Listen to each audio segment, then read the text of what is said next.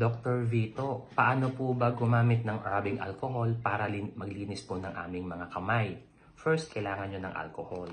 So kapag nag-desensitize kayo, lahat po ng part ng inyong kamay, alcoholan nyo. So kailangan, i-rub nyo po siya, yung interlace po ng inyong kamay, yan. Yung left hand nyo naman po, sa likod po niyan, interlace pa din. Same din po sa right hand. Pag nagawa nyo po yung pwede nyo po siyang i-repeat. Ang next naman po natin is yung mga palms natin. Both hands po yan. At same din po siya dito. Ang sunod natin dito yung thumb natin. Kailangan po siyang nililinis din. Same din po sa kabila.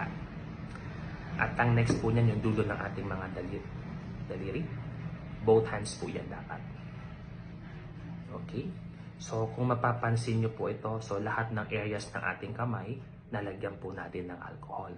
So pwede siyang patuyuin.